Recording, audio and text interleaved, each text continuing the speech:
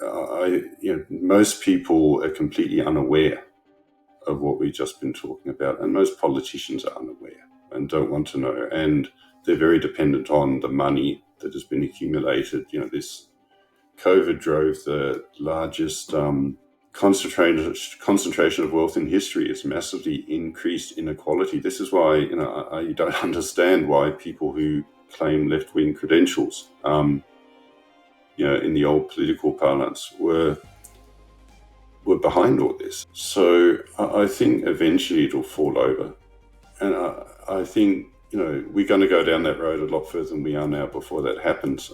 Don't do stuff that people tell you if you know this, doing it is stupid.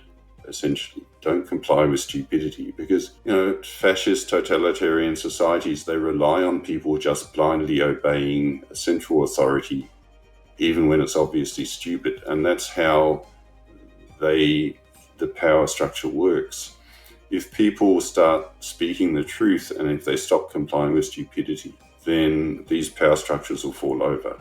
And in the end, I think it's not going to come from some saviors in politics. It's not going to come certainly from anyone in public health.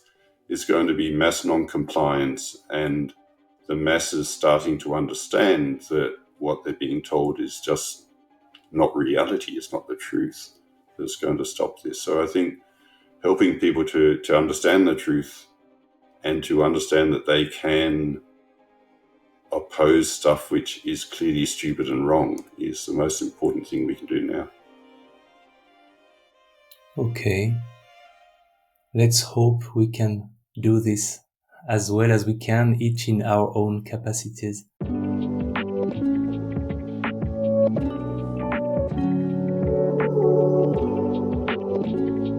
Yeah. That's about it. So, David Bell, hello and welcome to Resilience.tv. Thank you for accepting my invitation. Thanks for you. To the best of my understanding, you are a public health physician and a biotech consultant in global health. Yes. Okay. Right. And the reason why I wanted to talk to you is a paper of yours that I read in July 2023. The paper had a very provocative title because it uses the F word. So the name of the paper is Pandemic Preparedness and the Road to International Fascism. And I wanted this interview to happen after reading it, because when I saw the title, I first wondered, obviously, whether the word fascism was appropriate.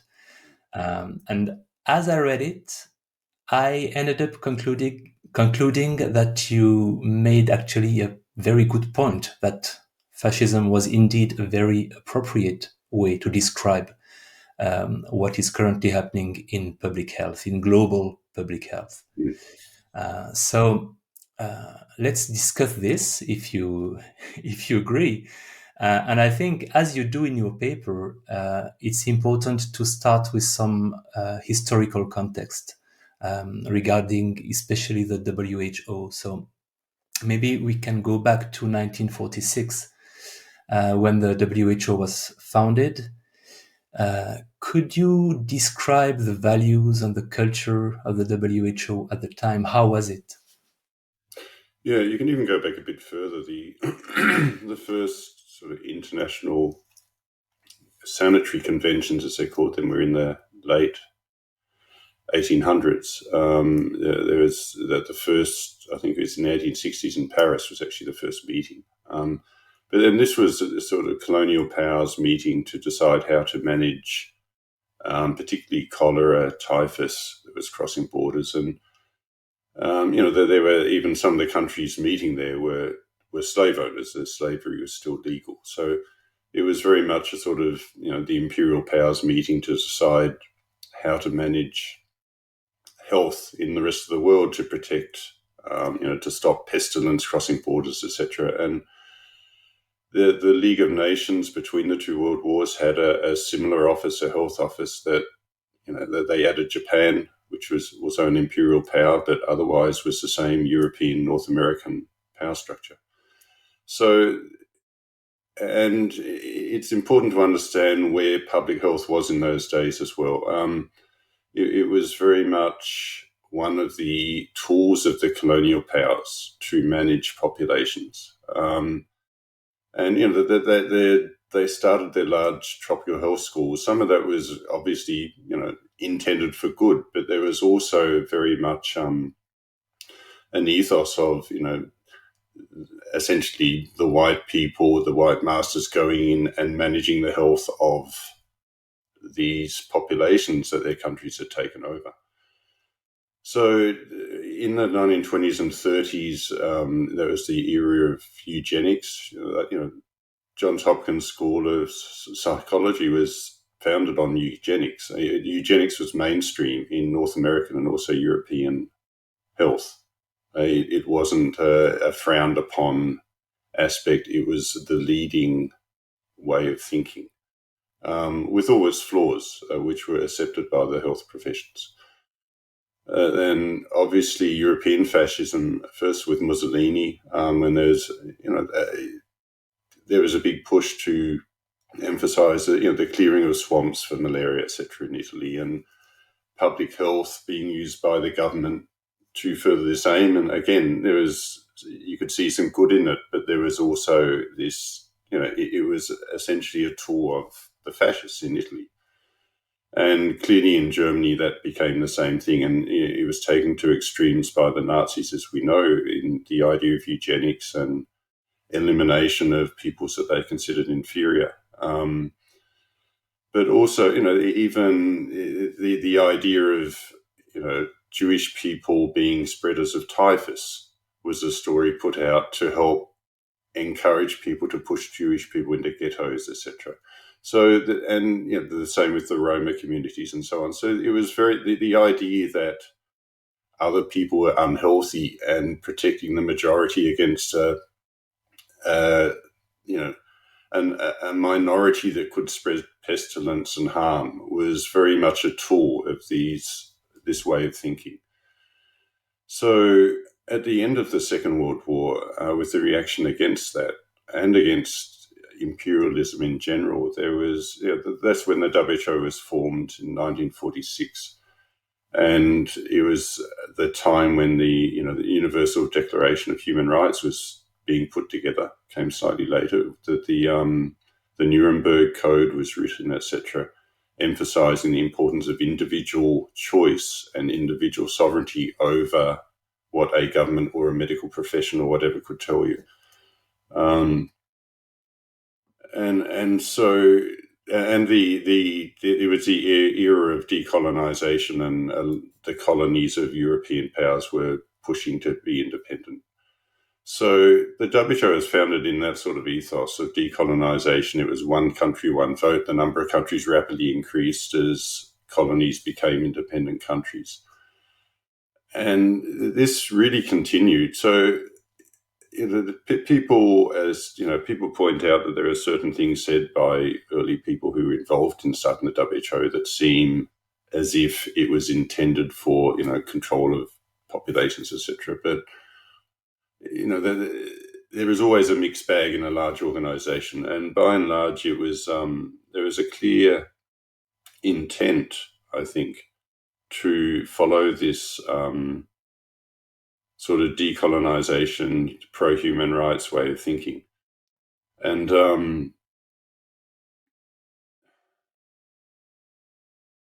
so this continued essentially up until the 80s or 90s. And the Alma Ata Declaration is important. That was in the late 70s. And that really emphasized this idea that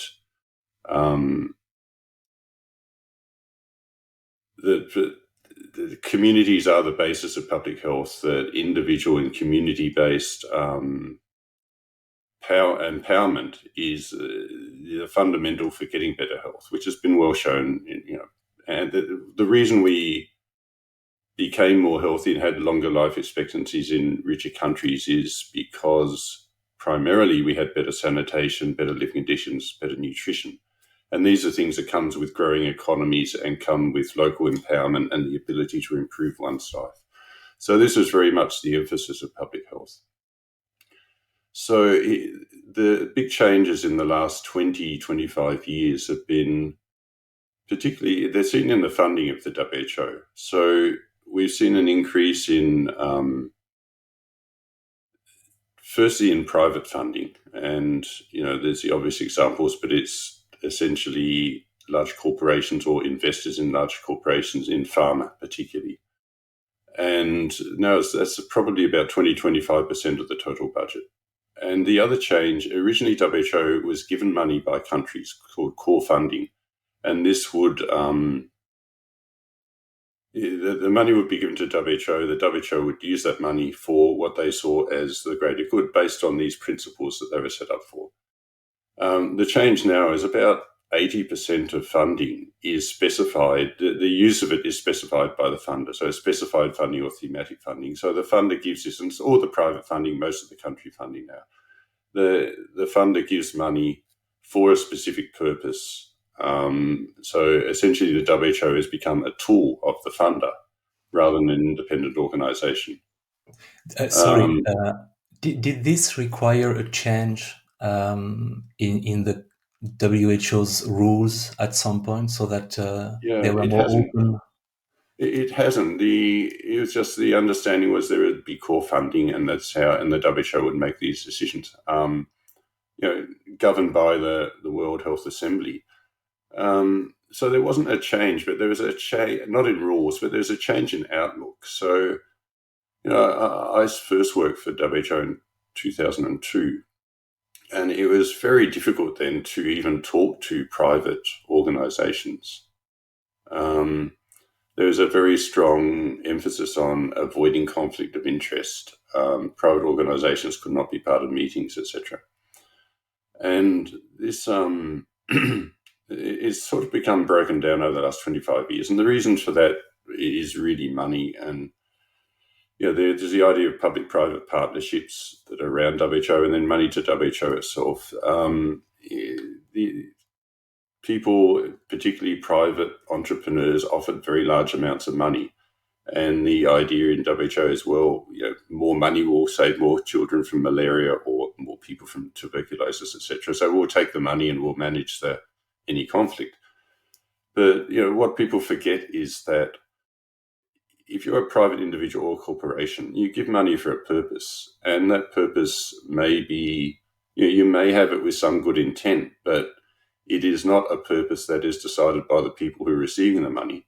And it's not a purpose that is decided on a consensus of technical opinion. It's a purpose decided by an individual or a corporation. If it's a corporation, their main interest and their main responsibility is to improve profit for their shareholders and their own salaries. So they're going to give money that will help their company. If you're a private individual, you'll give money for furthering your worldview or your investment portfolio. So this is what essentially has happened. And the countries that are the main funders now, and this is back to this specified funding, the main country funders are the US and Germany. They're very big investors in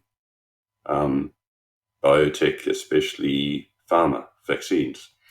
The main individual private funder is the Gates Foundation, and then after that is Gavi, which is a public-private partnership of countries, private individuals, and vaccine manufacturers. So there's a clear, there's a very heavy weight of pro-pharma, pro-vaccine funding on this, and this has sort of driven this whole change in the WHO's outlook from this horizontal community-based approach in health to a very vertical commodity-based approach where you from a central point, you decide on what commodities that people will need, you send them out, and that is how you fix their health, rather than you finding out what the people want, what their priorities are, and empowering them to fix their health themselves. So it's a huge change. It's a change in in the whole outlook of public health. When I was trained in public health 30 years ago, it was all about horizontal structures, community empowerment. Now it's all about how do you develop high-tech vaccines and put them into people to stop them being sick. It's a completely different, it's a different way of managing disease. Is it fair to say that Bill Gates and his foundation were instrumental in that change? Because if I recall correctly, I don't want to put too much blame on Bill Gates because he's the focus of actual conspiracy theories. And I don't want to go there, but at the very least, he's a major funder of the WHO, and only those specified funding aspects, I think, or mostly. But he also was instrumental in creating Gavi, if I remember right. So he's also he plays an important role in Gavi, which is another big funder of WHO. So how important was that particular person in that change in the way money was used inside the WHO? Well, very important in terms of the sums involved. So the Gates Foundation is the second largest funder of what is supposed to be this international organization governed by countries. And virtually all of that funding is specified. So it is funding given for this organization to do a specific task that the funder defines. So clearly that has a huge impact. Now, I don't think it's useful in a way to even speculate on the reasons for that funding being given. And the fact is that it is given on, the wishes of individuals in a very wealthy Western country with a very wealthy Western background and a world outlook defined through that, versus the 1.3 billion people in sub-Saharan Africa or the 1.3 or 4 billion people in India now. So that they will have a very different set of priorities in terms, they have to come from different culture, they have a different economic background, they have different religious background, they have a very different set of priorities on, firstly, what is health, and secondly, how health sits in the hierarchy of human need and human desires. And so what the organization directed by someone like that does is very unlikely to be the primary interest of those few billion people that the organization is supposed to be serving. Yes, I think it's probably fair to say that Bill and Melinda Gates Foundation projects have not always been successful. And sometimes this top-down approach really doesn't bring good results at all. And indeed, because they are not listening enough to what the community needs. Indeed, and that's not just the Gates Foundation, it's the countries as well. And that's a problem with this specified funding versus a different approach where the population's involved defining the need. So it's not necessarily a private issue. So these private funders have interests in pharma, etc. They're going to push in that direction. So does Germany. Germany is a big investor in BioNTech, and they're the second largest country funder of the WHO. And WHO's main focus for the last few years has been the COVAX program around vaccination for COVID, which is serving the interests of Germany in terms of returning profit to the country. So this is and that's why it's important not to concentrate on individuals. This is a huge structural societal problem that we're facing. It gets back to this, fascism. What we're seeing here, there's this fusion of corporate and private interest in WHO and in governments. There's rule by emergency decree and the idea of lockdowns and so on, where people are told what to do about their health. They're forced out of a job. They're forced out, prevented from traveling, etc., until they comply with essentially dictates from above. Those that don't comply are vilified, etc. It's this. So it has all the trappings of what we've always associated with fascism. Yes.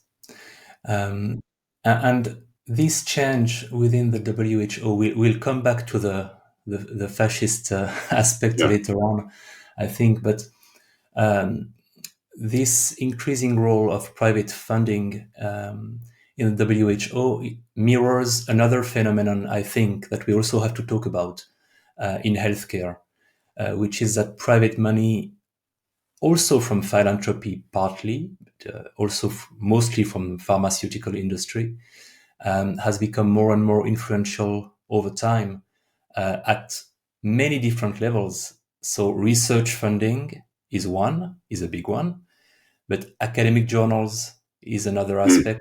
They depend more and more upon pharmaceutical money because they buy copies and they pay for advertisement, etc. The regulatory institutions like Swissmedic in Switzerland or the FDA or the EMA. I tracked the date. I think it started at least at the FDA in 1992, where they changed the way to fund because they lacked enough funds. So they decided that the pharmaceutical company would pay a fee, but the result is that these regulatory institutions depend financially upon the pharmaceutical industry. And there is a phenomenon of revolving doors as well, like former FDA specialists end up working later on for Moderna or Pfizer after having approved their products when they were working at the FDA, which is a huge problem. In the full knowledge that there is that job prospect for them, and it will probably be influenced by their decision. In Europe, we have Emmer Cookie, the current director of the EMA, which used to be working for the main pharmaceutical lobby in Europe, which is also insane. So revolving doors. Also, the medical societies depend upon pharmaceutical, big pharma funding. And in the US, at least, certainly much less so in Switzerland, for instance, the mass media depend heavily as well upon pharma spending on ads. It's the case for the US television, at least. So again, the question is the same for that aspect. How did that happen, that switch? The bigger and bigger financial influence of pharmaceutical companies and philanthropy upon all these levers of global healthcare. And it goes a bit deeper than that as well. So in the sort of global health, public health field, a lot of the schools where you are trained are funded very heavily by these same private interests. The modelers who do the modeling, Imperial College, IHME, that did the big COVID modeling, they're funded by the Gates Foundation and similar interests. We train the people. They fund the research. They fund the modeling that defines what the priorities are. They fund the organizations that make those decisions. WHO, Gavi, CEPI, etc. The big public-private partnerships, and they fund they have direct relationships with the medical journals, such as the Lancet, New England Journal. Which are businesses as well. They're for-profit businesses. They're not some altruistic enterprise. And they fund the mass media. So, it's public. I mean, the Gates Foundation, as an example, funds directly the BBC, the Guardian, the Telegraph, NPR in the US, etc. And they fund the global health pages. They will say that is to improve the coverage of, improve knowledge of the needs of lower income populations in other countries. But clearly, if you're working in that section of the paper, you're not going to vilify, you're not going to attack the funder for what they're doing because you need a job. How did this happen? I think in a way there's just an increase in well, there is an increase in financial inequality in our societies over the last 40, 50 years. And I remember in the 70s and 80s, there would be discussions that this is going in this direction and this will be a problem. Of course it will be, and of course it now is, because we're now where we thought the problem would be. So we have a very small proportion of society owning most of the wealth. And that inevitably means those people have disproportionate power. So that they can buy politicians, they can buy time on the media, they can buy the media, etc. So this is the inevitable outcome of the way society's gone over the last 50 years in the West. And we knew it would happen, and now it's happened. It's just we forget when we're in it that what is actually happening, I think.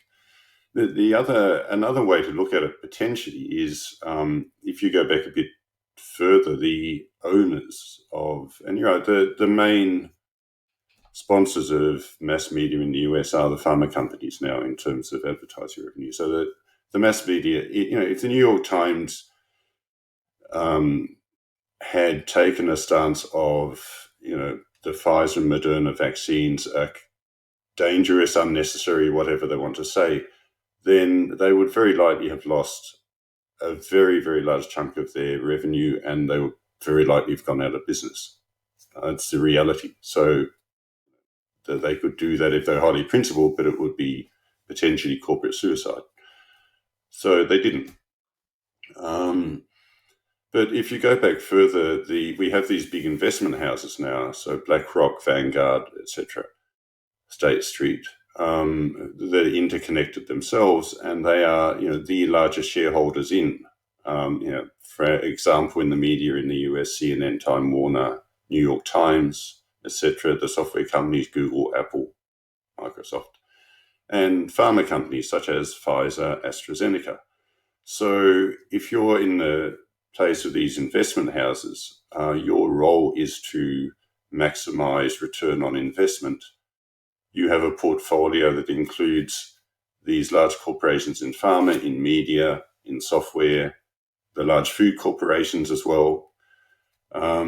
So in a way, you have a responsibility to your shareholders to use that portfolio to maximize return. So it is not unreasonable to assume that there is also a very strong momentum to use these assets by these investment houses, depending, different investment houses have different degrees of direct influence on their companies in their portfolio, but there is not zero. So I think a lot of what we're seeing very likely also is this sort of inevitable direction that capitalism will go if you allow these massive investment houses to own so much of capital, and so have effective control through shareholdings of so many corporations and companies. Yes, and now we have set some of the important aspects of the environment in which the COVID-19 crisis will now happen. And before we move on to the topic of COVID-19, because I think it was important first to establish in which context it did happen in terms of the global health care. But you also mentioned more of a societal factor that maybe played a role in how COVID-19 unfold, which is a change in our relationship with death, especially in the Western developed world, which made us, as you write in your paper, fit for fare. So what do you mean by that? Yeah, if you go back to early 2020, and in the US very much, and probably I think in Europe as well, the headlines in the papers were just, the New York Times had big black headlines every day. 635 dead or 322 dead, etc. Yeah, the death toll, and then there was where it's pushed into us, death. Nothing about context. Most of these people were in their 80s or late 70s. They were already sick with something else. They were for whatever reason, very unlikely to live beyond another year or so. But, none of that context. It was just pushing death at us. And that had a huge impact on people. They changed everything for a single respiratory virus. So, how did that happen? I think, I think it's important to understand. I mean, there's a couple of issues here. I think a lot of people don't experience death at all until they're quite late. So it's it can be, it's not something they're used to. It's a very frightening thing. I remember I had a friend die as a child. I've had other friends die, but I've spoken to other people, and that's relatively unusual in Western society. Yeah. If you're, say, growing up in sub-Saharan Africa, 1 in 15 children doesn't make it to adulthood, at least on average, much worse in some countries.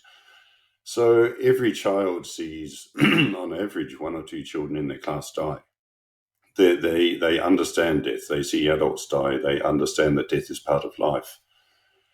Also, the other aspect, I think, is the loss of religious belief in Western society. So most of the world still thinks there is some, death is not the end of everything. Whereas many Western people think that when you die, that's it. It's worse than blackness. It's non-existent. That's the end of everything. And so from that point of view, you can understand why people would see death as the most terrible thing that could ever happen.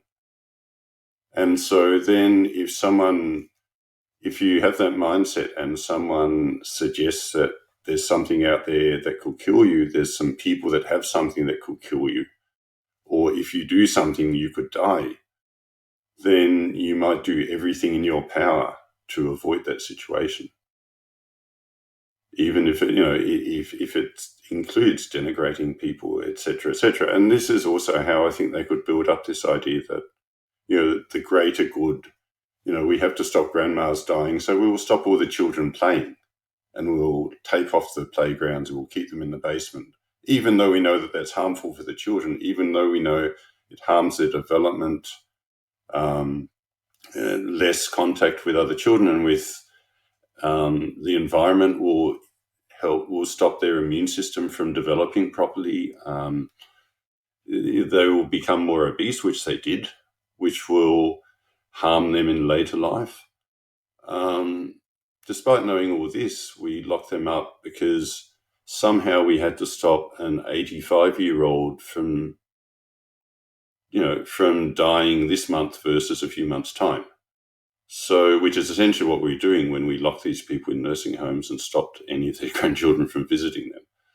So, to do that, it's not a rational thing to do. So, I think people, particularly in Western countries, have been sort of primed to by our society to allow someone to use death in this way. Yes, I agree. It's really prioritizing preserving an 84 years old last year of life, sacrificing the children in the way is opposite to traditional values that we've had for thousands of years. So, and very likely opposite to the 84-year-old's values. Most 84-year-old grandparents would probably prefer to take the risk and see their grandchildren than to be locked in a room and, at best see them on the screen or, touch a glass that they're on the other side of. I mean, that's a horrific way to treat an old person. It's an appalling way to treat someone who's spent their whole life contributing to society, and that's how you end their lives. Yes, it was actually unfair for all involved and inefficient. And that's what we're about to discuss, because that's the next part in your piece as well. When COVID-19 happened, you write that the response, and I agree absolutely with that analysis, the response was an abandonment of prior knowledge and also of known evidence. How so? Yeah, first, going back to the, reporting death like that. I mean, in public health, there are a few basic things which are sort of public health 101.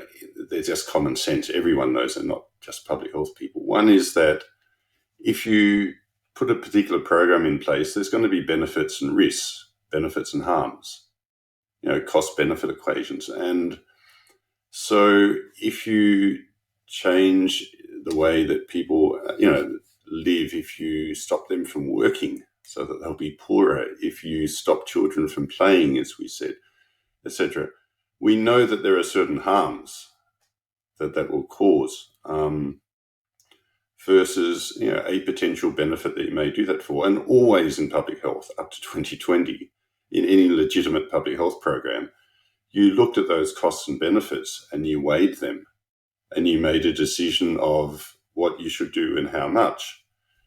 We've seen the obvious example of Sweden, where they did not, they're not the only country, but they did not do anywhere near the sort of strict lockdowns that other countries did. Now they have one of the lowest or the lowest all-cause mortality for the last few years in the OECD. It's not surprising. It's because if you discourage people with chest pain from coming to a clinic, if you stop cancer chemotherapy, as a lot of people in the UK had stopped, if you stop screening for cancer, if you increase fear and stress in a society, you will increase mortality. If you impoverish people, you will increase mortality. We know this. On average, poorer people die sooner. So if you put in lockdown measures, which will do all those things, there will be a toll to pay in terms of increased mortality.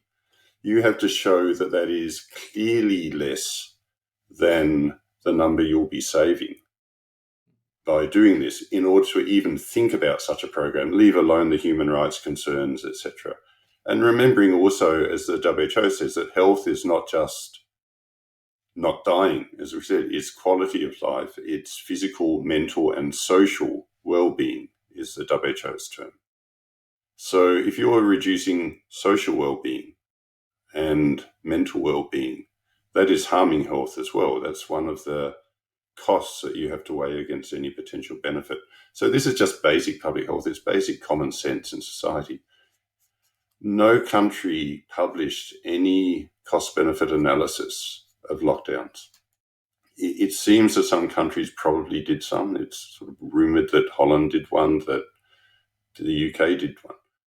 Almost certainly they will show that there was far higher costs would be incurred than any benefit. Partly because the average, as we said, the average age of mortality from COVID is so late. It's above the average age of death in most countries. So there almost couldn't be an overall benefit. Only a tiny bit of harm from lockdowns would outweigh the benefit. And that has clearly happened. So, but we knew that to start off with. And we also knew that, just basic things like immunity to viruses depends on, good micronutrient status. Vitamin D became controversial, but vitamin D is known to be an essential element of how T cells, they're needed by T cells to fight viruses.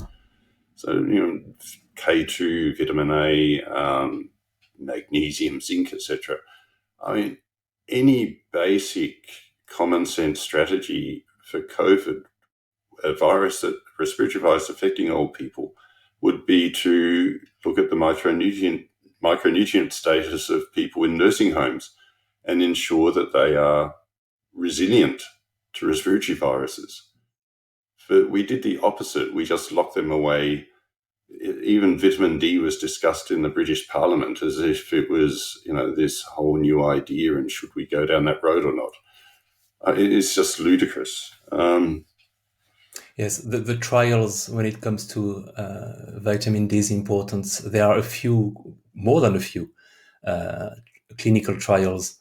Yeah. There were a few during COVID-19, and the results are sometimes really impressive. So you can imagine the number of deaths that you could have prevented by doing this There's a simple paper in thing. Nature that it was I think 2022 or 2023 early, that, it points out probably a third of deaths, very likely a third of deaths could have been saved if vitamin D levels had been normal. So that's pretty significant. So the other area where, somehow public health sort of deliberately lost its way is in the calculation of disease burden. So, and it comes back to this cost-benefit issue. We've always in the past, and WHO has always in the past talked about life years lost from a disease, which means if you die of malaria at the age of 5, you lose probably 70 years of life. If you die of a respiratory virus at the age of 85, you lose probably 1 year of life, maybe 2 on average. So if you introducing an intervention that will increase malaria to try to save respiratory virus deaths in old people, you would have to save 30 or 40 old people's deaths to even save more life years than losing one child through worsened malaria, which we knew would happen and did happen. So it's not putting more value on one person's life than another. It's just you have certain resources, you have certain impacts. So you look at how you can best, you can save the most life years and the most quality of life with a certain this was common knowledge. It was really accepted knowledge. It's common knowledge. It's not controversial. This is standard public health until 2020. So when we hear about COVID burdens now, we always hear about mortality. We never hear about life years lost. The reason for that is because if you weigh life years lost, say, from cancer, where a lot of people die in their 40s and 50s and 60s, versus COVID, where people die on average at about 80 in Europe and North America, then there's no comparison. COVID doesn't rate as a significant health burden compared to cancer, cardiovascular disease, or in other countries, malaria, tuberculosis, etc. It doesn't even get on the charts. You also mentioned, but you talked about it already, the importance of poverty and economic impact. Usually, and that was also completely forgotten about when COVID hit. Yeah, it's part of this cost-benefit analysis. So we know that people in any country, if they're poorer, they die on average sooner from all-cause mortality, even when you take into account, whether they smoke, whether they drink, whatever. So if you make people poorer, on average, they will die sooner. We know that social capital, which is more abstract, but is your control over your own destiny, essentially. There are very good studies like the Whitehall studies in the UK that show that people have more social capital, more ability to determine their own, what they're doing at work, etc., versus that they live longer when everything else is taken into account, versus people who are told what to do all the time. So, the bosses live longer than the workers on average. And so when you introduce a program where you are taking away people's autonomy and telling them what to do, you will have some impact on their life expectancy. That will have a negative impact overall, which you, again, have to weigh against any potential benefits. So none of this was done, but this is, like vitamin D, is just absolutely basic understanding of health. There were also about the NPIs, the non-pharmaceutical measures. I remember a report from the WHO in, I think, 2019, discouraging the use of lockdowns. Similarly, the evidence for masks in the general population wasn't any good, and it didn't get better during COVID, at least if it's about randomized control trials. We have that Cochrane. We actually had 2 Cochrane meta-analysis by Tom Jefferson showing always the same result: no efficacy for masks, even if you can carve out some role for them in some settings, certainly not for the general population. So we rejected prior knowledge about good practices in public health, and also what we knew about the efficacy of lockdowns, of masks. You mentioned vitamin D. I think when it comes to vaccines, and that's a different chapter, but we knew that mucosal immunity is needed if we want to have sterilizing immunity. So if we want a vaccine that can stop transmission, and we knew that it's very hard to get it from vaccines that are injected. We knew that. We also had all the work in veterinary medicine showing that most of the coronavirus vaccines were a failure. It was very difficult to have a long-lasting, efficient vaccine against the coronavirus. And we knew that the mRNA technology had not delivered a single product, which even Albert Bourla said publicly. It had not been a successful technology at all. So how could we turn our back on all of that knowledge suddenly? Yeah, and I mean, just to back what you're saying, the WHO report you mentioned, 2019, came in at October, November. It's the recommendations for pandemic influenza for non-pharmaceutical interventions. So it's very clear. It says under no circumstances, not in any circumstances, do you close borders, contact tracing, quarantine healthy individuals, etc. And it envisages you might close workplaces for maybe 7 to 10 days in an extreme situation. But beyond that, it'll be harmful. And it points out the reason you won't do this is because it will increase poverty, and it'll disproportionately affect poor people, i.e. it'll increase inequality as well. So we knew all that. WHO absolutely knew that. They were very adamant that you should never do this. So why did we forget that? The mucosal immunity. Anthony Fauci published a paper in January 2023 in Cell, actually pointing this out and saying very clearly that injectable vaccines were never going to be effective for a respiratory virus such as COVID, and pointing out why, because as we always knew, as the paper points out, mucosal immunity is the main sort of first line of defense.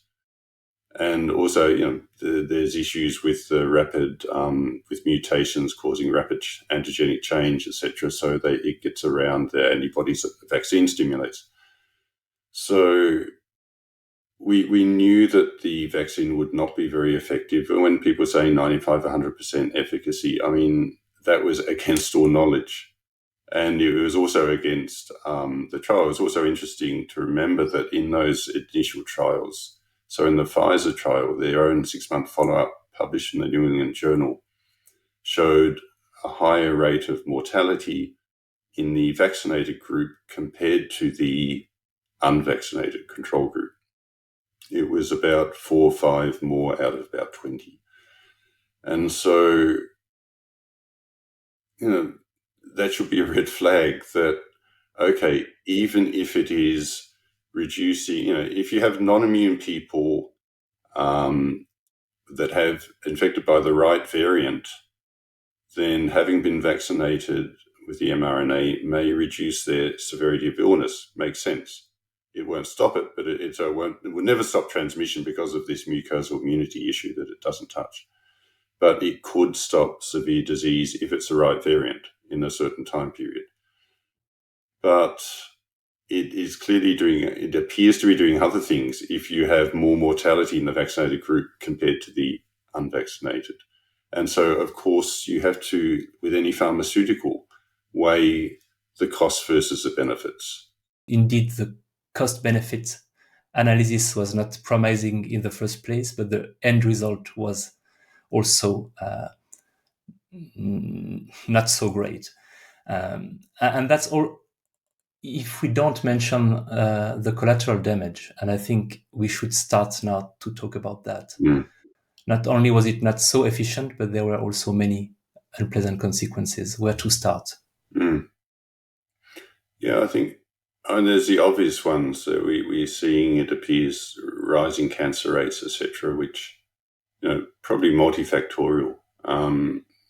People are pointing out potential mechanisms from the mRNA that could promote cancer. But there's also the lockdowns, reducing screening.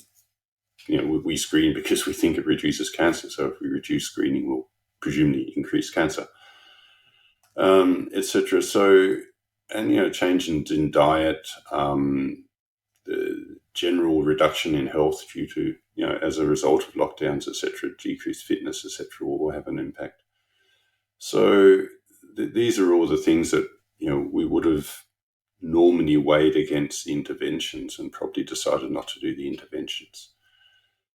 But on the increase in poverty is something which, the next generation or two will cope with and will reduce their life expectancy. So these huge debts that countries are running up now that have been, greatly enhanced by the COVID lockdowns are going to have an impact on health long term. Economies are very connected to health. In most of my work is sort of in the lower middle income countries, and the impact is huge. We don't hear about it in the media so much now. It used to be sort of popular in the media to talk about starvation and malnutrition, etc., but that's gone out of the media, not because the problem is solved. The problem is worse. The World Food Programme, even the World Bank and so on, they all tell us that it is, another 130 million people in severe food shortage now compared to a few years ago, etc. These are huge numbers, and it's going to get much worse. Malaria is increasing. Tuberculosis is increasing, WHO figures. Malnutrition has a whole string of effects on death from other disease, from you're more at risk from various infections, etc. Where there's vaccines that did have efficacy in children in low middle income countries, the vaccination rates have dropped. Part of that is because people were sent off to give quite useless in these contexts COVID vaccinations. The other is that because of this push and this very vertical approach and this return to a sort of colonialist mentality that we talked about earlier, that is very much seen in these countries that were former colonies. There is a strong revulsion is sort of the word, I think, against this sort of attitude, and that is pushing over into vaccination programs and other programs. So people are now much less trusting of health services because they have seen health services doing all the things we just discussed, which are completely against common sense and against good health policy. Yes, so we have those collateral damages, and then in the Western world, we also had a regression when it came to human rights, constitutional rights, including censorship as well. And I think based upon this idea that the vaccine could efficiently block transmission, we created these vaccine passports and various other schemes which were really discriminating against the non-vaccinated. Some really were traumatized by this because it reminded them of the atrocities of the past, the authoritarianism of the 20th century. How could it happen? Is it that fear of death that made it possible to impose such restrictions in human rights and the censorship as well? I think that's part of it. There's a question of how it could happen. There's a question of why did it happen. it wasn't a public health response. And, people like Fauci who push these policies, he's written in that paper I mentioned that, it wasn't going to block transmission. So there's no reason to do this if it's not blocking transmission. It became very clear empirically by March of 2021 that it wasn't blocking transmission soon after the mass vaccination started. So there was no public health reason at all to have vaccine passports. It made no sense, just as there was never a public health reason to stop travel. You have the virus in America, exactly the same virus in Europe, and yet you stop travel from one to the other. That travel is no different than going next door or going to the next room of your house. The virus is in both places, whatever. So it was a completely, there was no public health basis for that at all. I think the people in charge knew that. Clearly, Fauci and people like with him did. They knew these things weren't public health measures, so they had some other reason. I think the people implementing them, a lot of them probably did think it was for the greater good because they had essentially stopped thinking, even public health people. So we've gone through all the reasons why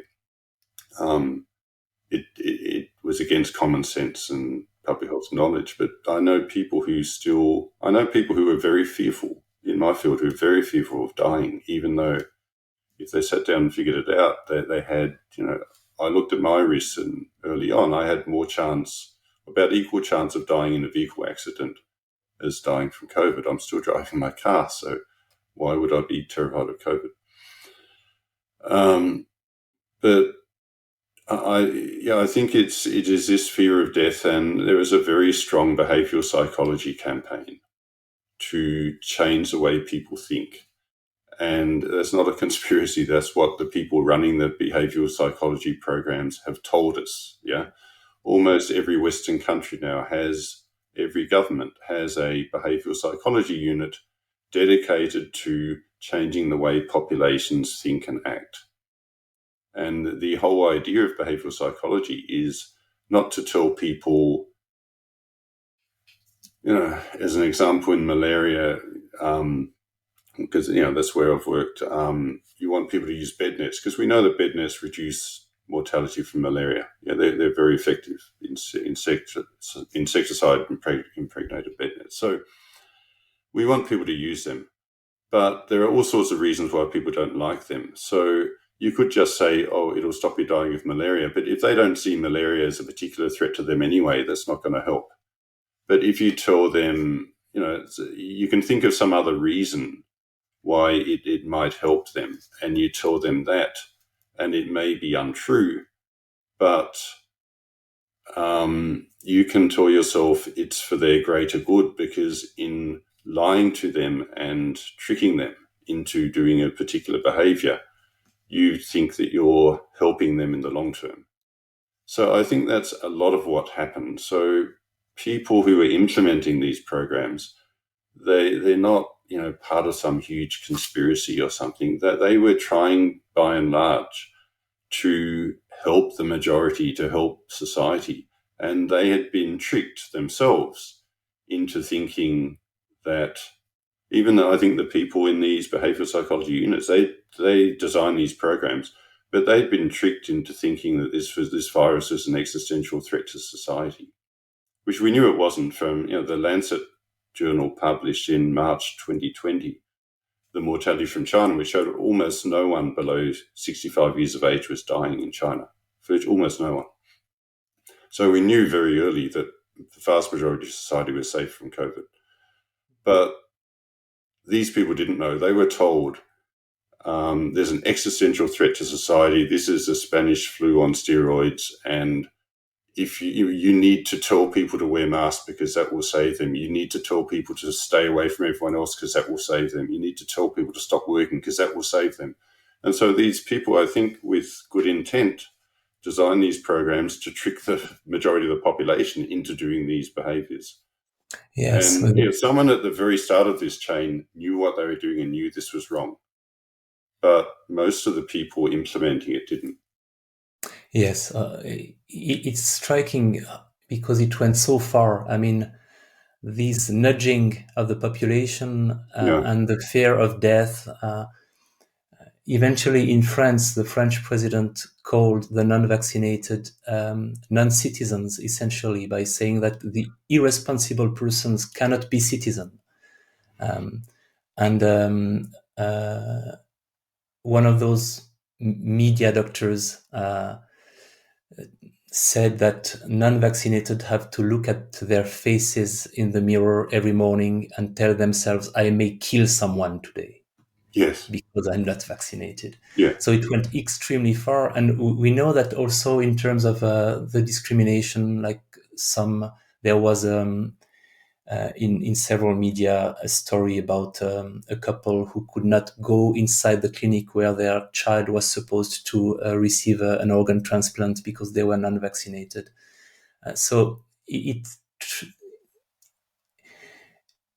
at first you can imagine the so-called good intention behind the nudging, but then it definitely went way too far in many countries. Also, in terms of censorship, when you close what is basically a help group of vaccine injured because they are not good for the communication.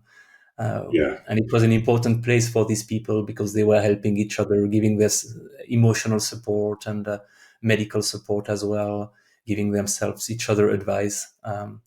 It really turned into something extremely cruel eventually, even though you can imagine that there were good intentions at the beginning of it. So at this stage, we have indeed a fusion of corporate interests with political power, which is defining characteristic of fascism. There is this increased centralization of power, this suppression of dissent, censorship, suspension of human rights, subordination of individual interests in favor of the good of the nation in some way. Yeah. And definitely, we also have a vilification of dissenting minorities. So, at least at this stage of our interview, I think it's obvious that fascism is deserved.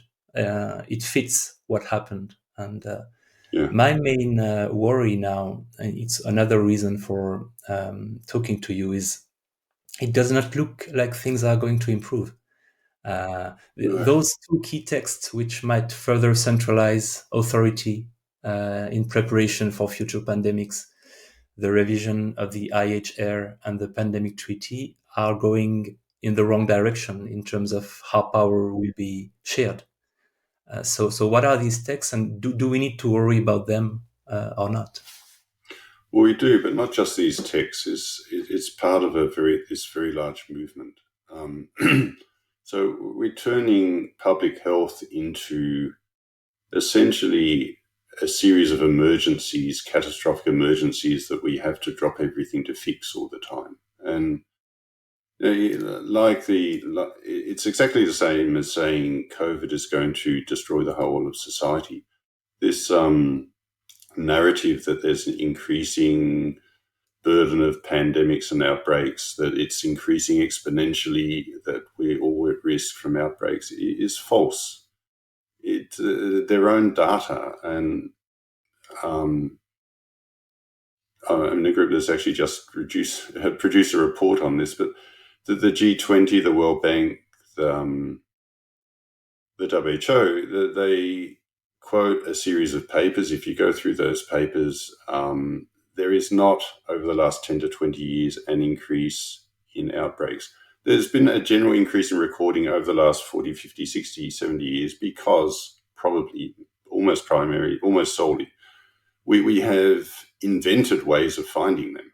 So PCR was only developed for the first time in 1983. Before that, we couldn't have detected, for instance, it would have been very unlikely we would have even detected SARS-CoV-2, the COVID virus. It would have been another sort of a coronavirus or some sort of virus or some sort of illness. We couldn't find the virus. We wouldn't have characterized it. It would have been people got a bit sick, got better, and that was it. Now we can find these things. And we're pretending that because we've invented ways of finding them, that they're just appearing. So we call it emerging infectious diseases in WHO speak. But nearly all of their emerging infectious diseases are pathogens that have probably been with humans for hundreds or thousands of years. And we have just figured out how to detect them. The WHO has their priority pathogen list where they have COVID and they have disease X, which is this hypothetical disease that doesn't exist. If you look at the other, I think it's 7 or 9 pathogens on that list, there's Lassa fever, which is endemic to Africa, had been there probably thousands of years, spread by rats, and it kills people every year, but it's an endemic disease. The others are outbreak diseases, and none of them in history has killed more than 1,000 people in the whole world ever. MERS killed about 840, so the first SARS killed about 800, etc. So Nipah virus, a few hundred. These are tiny impacts on humanity.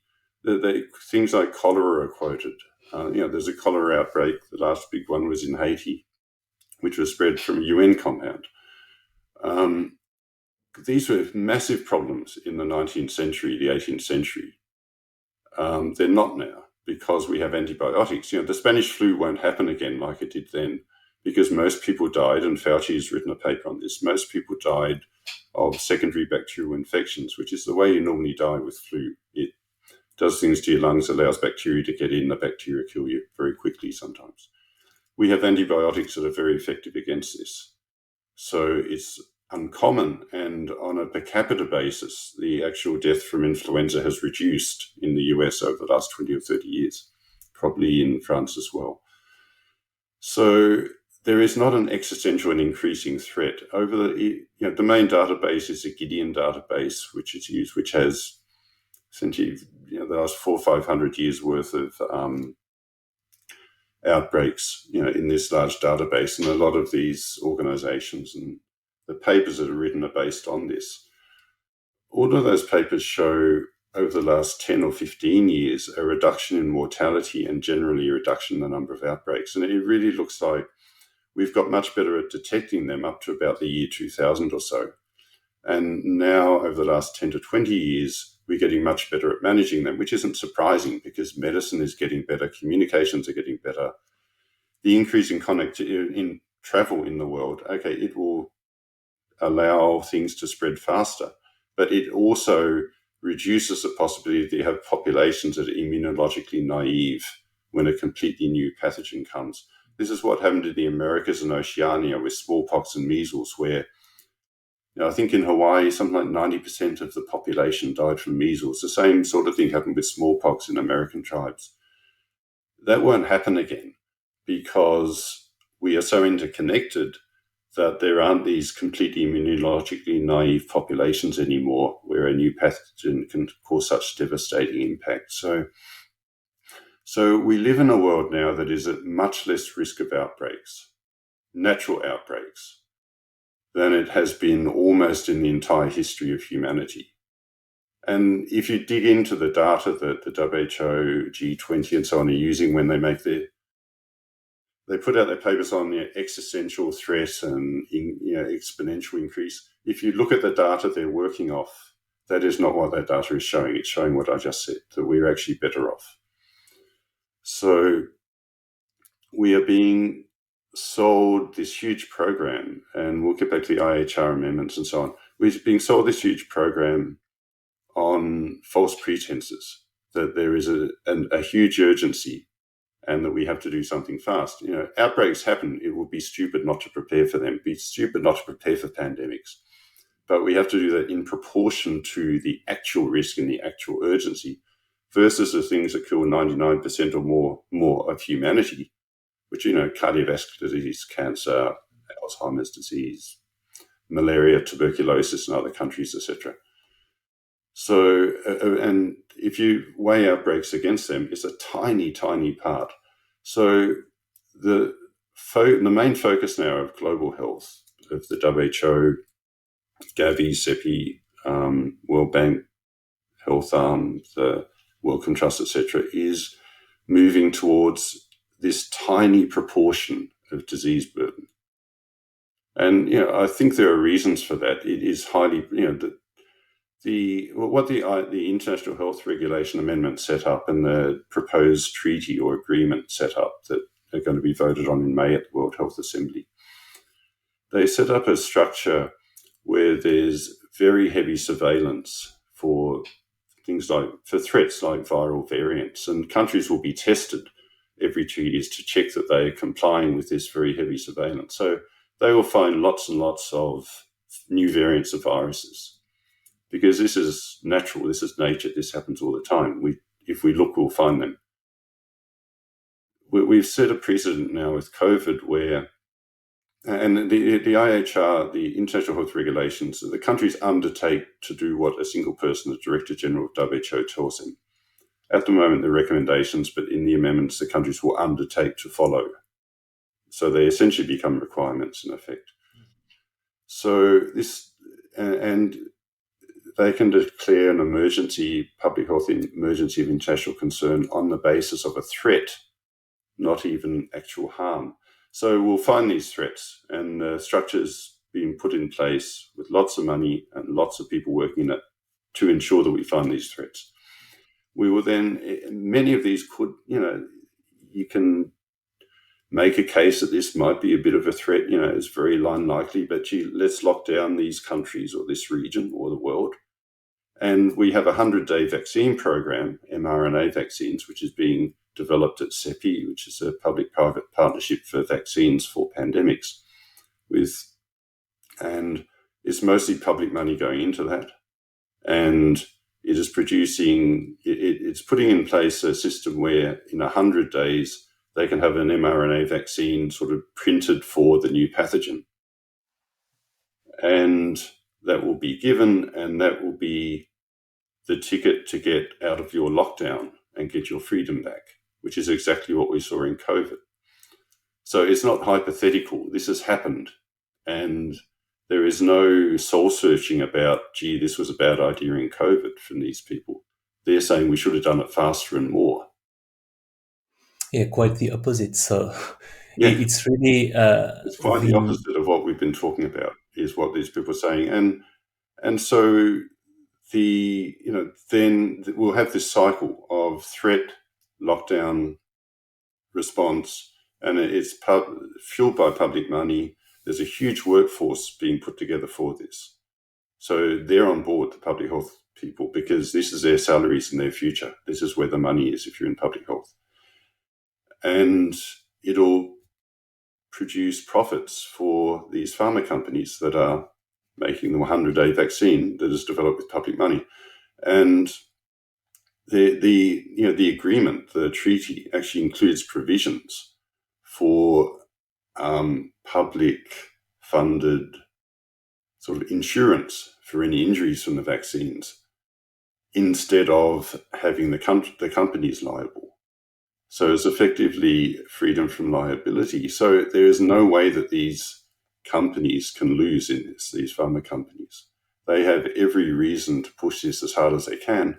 They have a war chest of, they made hundreds of billions of dollars from the COVID vaccine. They're now the richest companies on earth. They can make this happen. That is not the future that we wish for after COVID. It's taking the maladaptive response, the very bad response that we suffered from during COVID, and making it like the usual response for all the future emergencies. And we know that there will be many such emergencies, because precisely so many salaries will depend upon them happening. Yes. And as you say, it's so easy to create one out of thin air. I think monkeypox was an example of how you can really puff up something that is, by all measures, rather a minor threat, into something much more important than it actually is. So, I mean, what what can we hope for, and what can we do so that the future doesn't go into that direction? Or if it does, how can we be resilient to what will come our way? Do you have any? Because as we are coming to the end of our interview, it's always better to try to finish with some hope. So, what are your own personal hopes? So, I mean, we are going to go down this road. How far we go, how deep it is, this sort of morass that we're going into will depend on what we do now, I think. There is so much momentum here. It's going to take a long time to turn it around.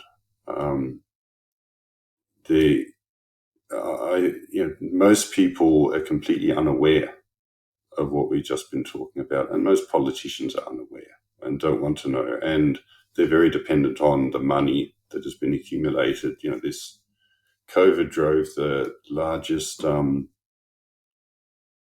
concentration of wealth in history. It's massively increased inequality. This is why I don't understand why people who claim left-wing credentials, in the old political parlance, were behind all this. I mean, it is just concentration of wealth from the masses to a very small group of large corporatists.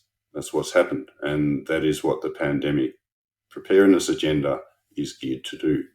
It's inevitable that will happen more. So,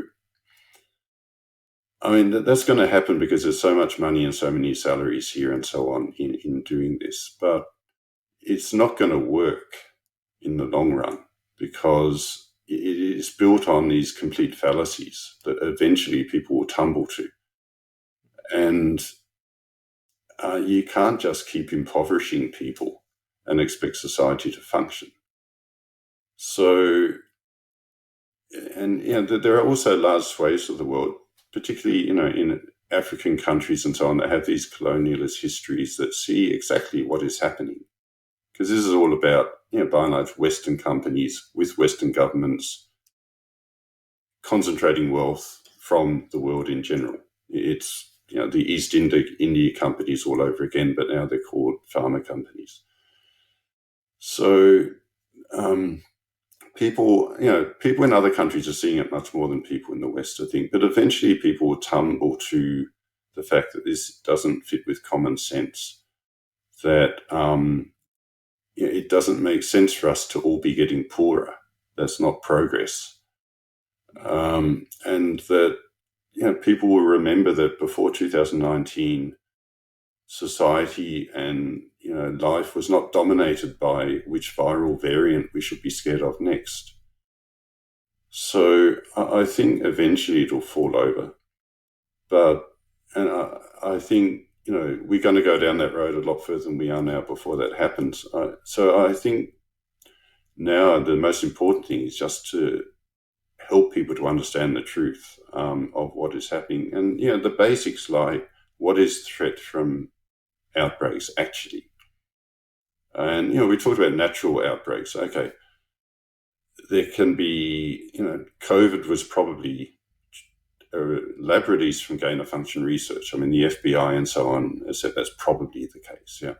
So it's not really controversial anymore. I mean, it wasn't ever in a way because it supposedly started just down the road from the only lab that does this in China. But so, human-induced outbreaks are a whole different issue. But we don't need the WHO to prepare us for those. It's a completely different issue that we need to stop with legislation and so on that stops people from doing very high-risk projects. And it's a geopolitical sort of issue between countries as well, but it's not something you would get the WHO or Gavi to get into. So from natural outbreaks, people need to understand the risk is very low. It's massively exaggerated, and then start thinking, well, why is it being exaggerated versus cancer, versus heart disease, versus, why are we so scared of these viruses when we should be just going on holiday and having a good time at the beach like we used to? So I think, and people need to understand, as you said, that there is study after study showing that masking, community masking doesn't work. So don't wear a mask when you're told to, because don't do stuff that people tell you if you know this doing it is stupid, essentially. Don't comply with stupidity, because fascist totalitarian societies, they rely on people just blindly obeying a central authority, even when it's obviously stupid. And that's how the power structure works. If people start speaking the truth and if they stop complying with stupidity, then these power structures will fall over. And in the end, I think it's not going to come from some saviors in politics. It's not going to come certainly from anyone in public health.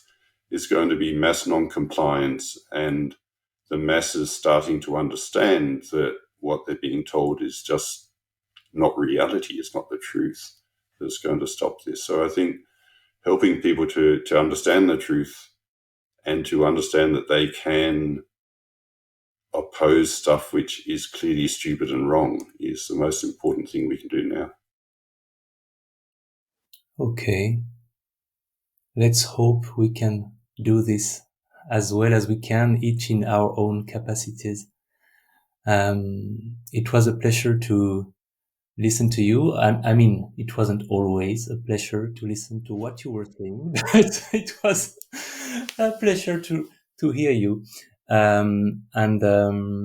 Maybe in a few years I will invite you again, because that massive civil disobedience will have happened, and we'll be talking about a much rosier outlook for the future. Yeah. Eventually that will come. So thank you, David Bell. Thanks, Pierre.